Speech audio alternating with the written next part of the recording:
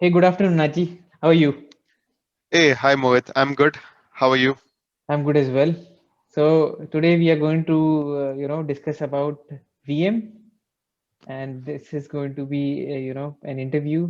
As you know, that's what we Okay, decided, and we'll, yeah, let's start off. And maybe if you would like cool. to say something. So looking forward for the interview. Let's see. I think the focus is going to be Azure VM. So Mm-hmm. yeah, let me know what we could do. Let's see how we take it forward. Okay, okay. Fine, Nachi. So, Nachi, my first question to you would be, how do we create a VM in Azure? And Okay, maybe so if you would like to show me something. let me do one thing. I will try to create a VM in the Azure portal Mm-hmm. using the portal, and then we can talk about and if there are any questions you can ask. Sure, that would be So nice. I'm. I hope my screen is visible. You're able to see my screen. Yes, Nachi, I can see your screen. Okay, so I'm trying to create a resource and I choose to create a Windows Server Data Center Edition. So this attempts to create a VM with the images Windows Server, but we can change the thing. Mm-hmm. So here I choose the subscription Mm-hmm. and now it is asking me for a resource group. I do not want to use an existing resource group, so I will create a new resource group. Mm-hmm. So I will call this VM interview Mm-hmm. and it's asking me the virtual machine name that I want to create. Mm-hmm. Okay, and now it's the region I need to choose. So let me choose East US. And here I have an option to choose the redundancy. That is, if this VM goes down, is there a backup plan I want to have and stuff like that? For now, I will not choose any redundancy, but there are two kinds of redundancy that I have in my that I have a possibility to choose. One is availability zone and availability set. And this is the image which I want the VM to run, and let me choose a Windows 10 VM. And Azure Spot instance, this helps in reducing the cost. So for now, I'm not choosing that. Currently, I've chosen a standard uh, DSS, DSS S2, sorry, DS2 V2 machine. So this, based on what I choose here, the cost will be incurred differently for me. Mm-hmm. And it's asking me for the username password that I would like to log in with. And I am choosing a username password.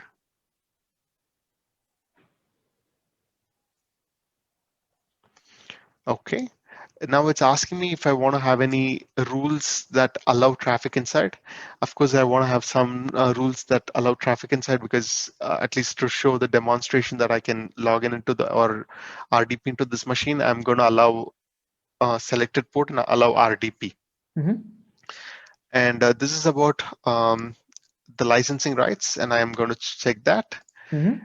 And going to the next page, here it asks me about the SSD or the disk that needs to be mounted on the VM, and I'm Mm-hmm. going to leave it with the default, choosing a premium SSD with encryption managed at the platform level. Mm-hmm. Then networking management, all these things I'm going to leave it at default, and I'm going to create the VM.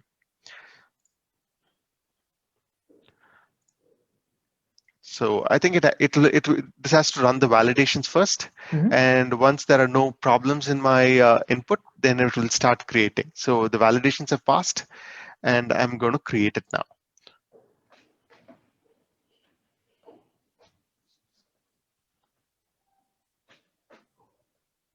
This could take a bit of time, and maybe in the next 4 to 5 minutes, probably we should have a VM provisioned.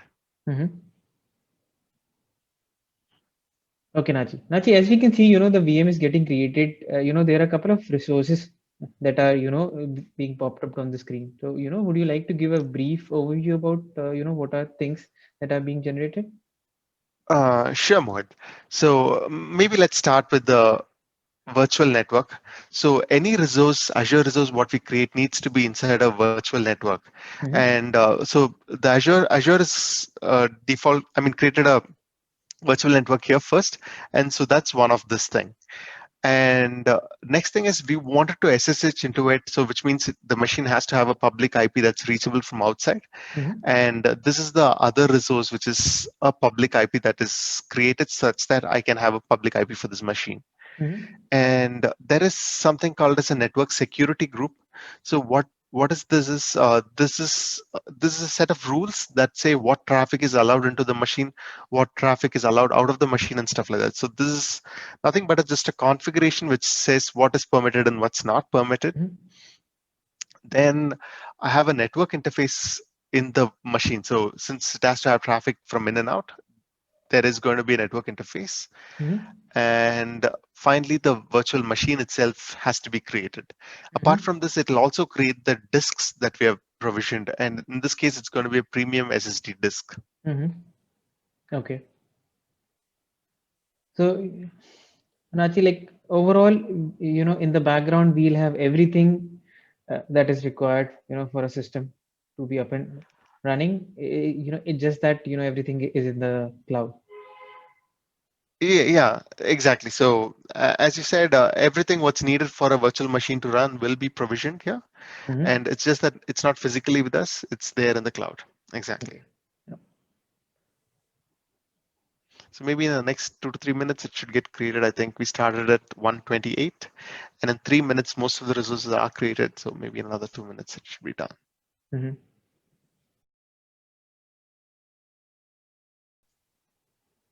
But virtual machine is getting created, and oh,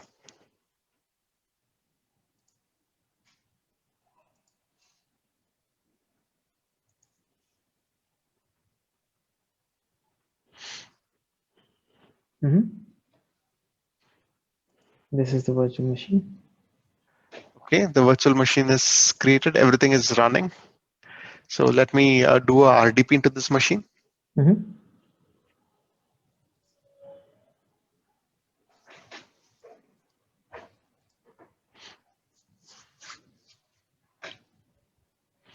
So I'm attempting to RDP into this machine, and the credentials, I will provide the credentials that I used to create this.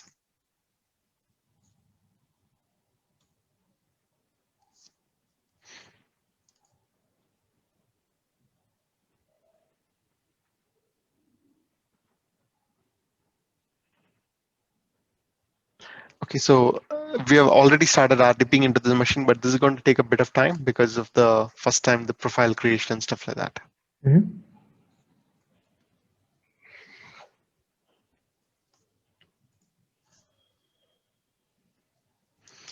Okay, so we have a new virtual machine and it working. Mm-hmm. Cool. Okay. So Nachi, like you have showed us, like how do we create a virtual, a Windows machine and how do we log in?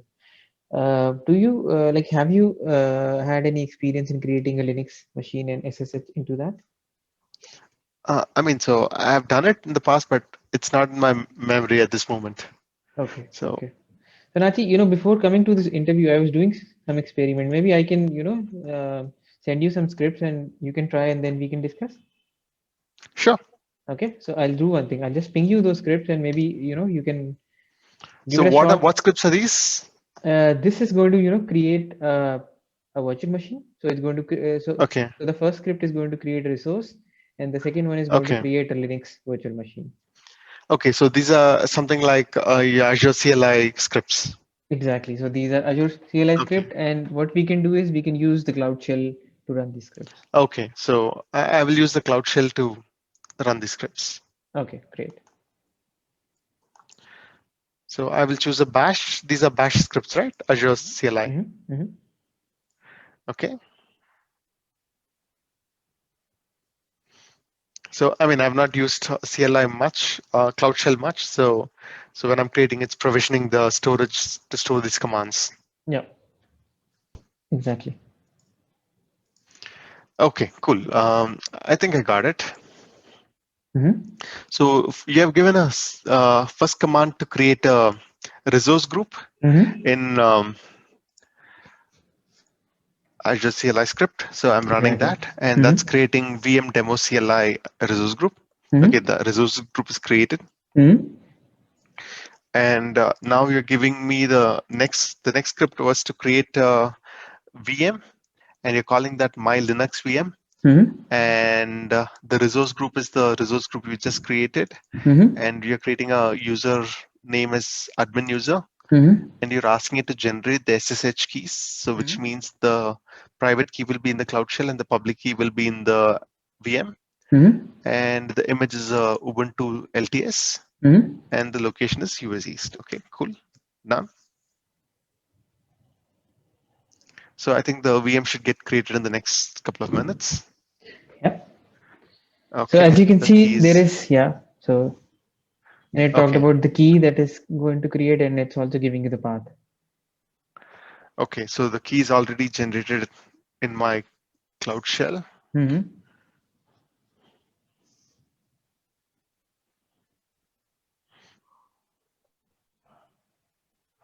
So as you can see, it's running and it should be finished within a moment. And then we'll type the command to SSH into this VM.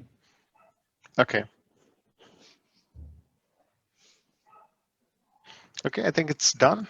Mm-hmm. So SSH into this VM. So I have to do it as the Uh, username the at IP username, address, right? exactly. Okay. So the public IP address is already shown, Nachi, and then you just need to, Okay. The public IP. Okay. Mhm. The username is Username admin is user admin user.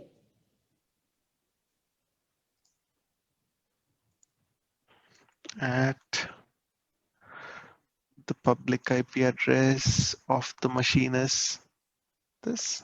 Okay. Okay. So it's asking me if I'm sure if I want to connect. I'm going to Mm-hmm. permit it. Mm-hmm. Yes.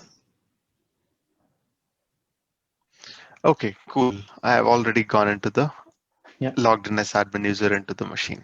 Yeah. So it's as simple as creating, the VM that you created, and Okay. it's much more quicker. Quicker. Yeah. I think the CLI makes it faster.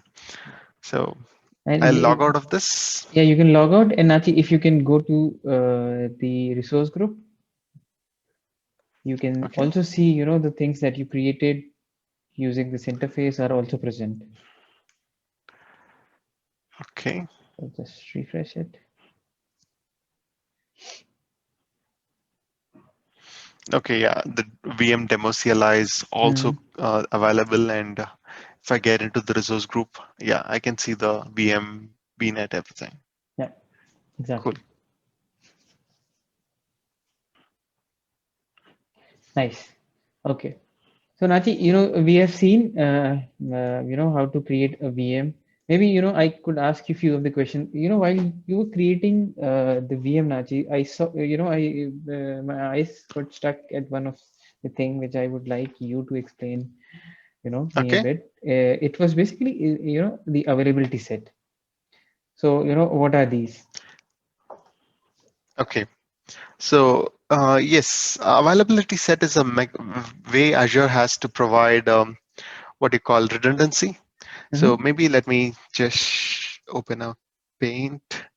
And so the idea is if I'm using a VM and if the VM goes down, at least my customers who are using the services from the VM should not get affected. And Mm-hmm. availability set is a mechanism to do that. So Mm-hmm. let's say we have a VM here, and I can place another VM, and any request coming into this could come through a load balancer. Mm-hmm.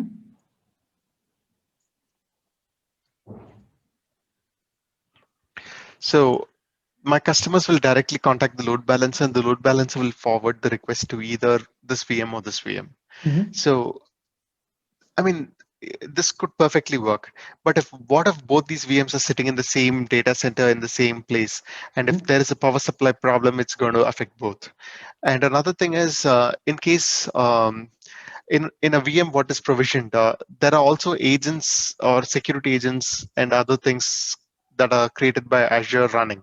So what if the updates happen on the same thing Mm-hmm. at the same time? So both the VMs are going to be down. So Mm-hmm. this setup is not going to work. So Mm-hmm. we need to have another concept or something like to facilitate this, and Okay. that's the availability set.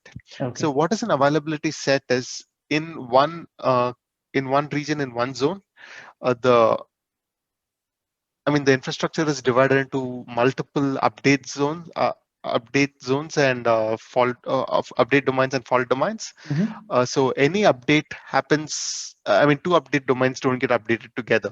So that's the guarantee Azure gives us. And similarly, two fault domains do not share the same rack or power supply or cooling. Mm-hmm. So if something goes wrong in one of the fault domain, it doesn't affect the other. So Okay. this is the idea of a scale set. Okay. So maybe I will just show it uh, briefly. So similar to the previous thing, I'm just going to create, attempting Mm-hmm. to create.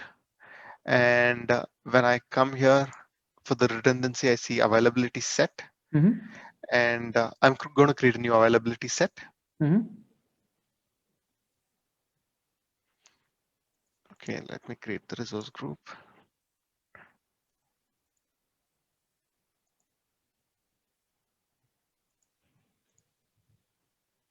It's taking a bit.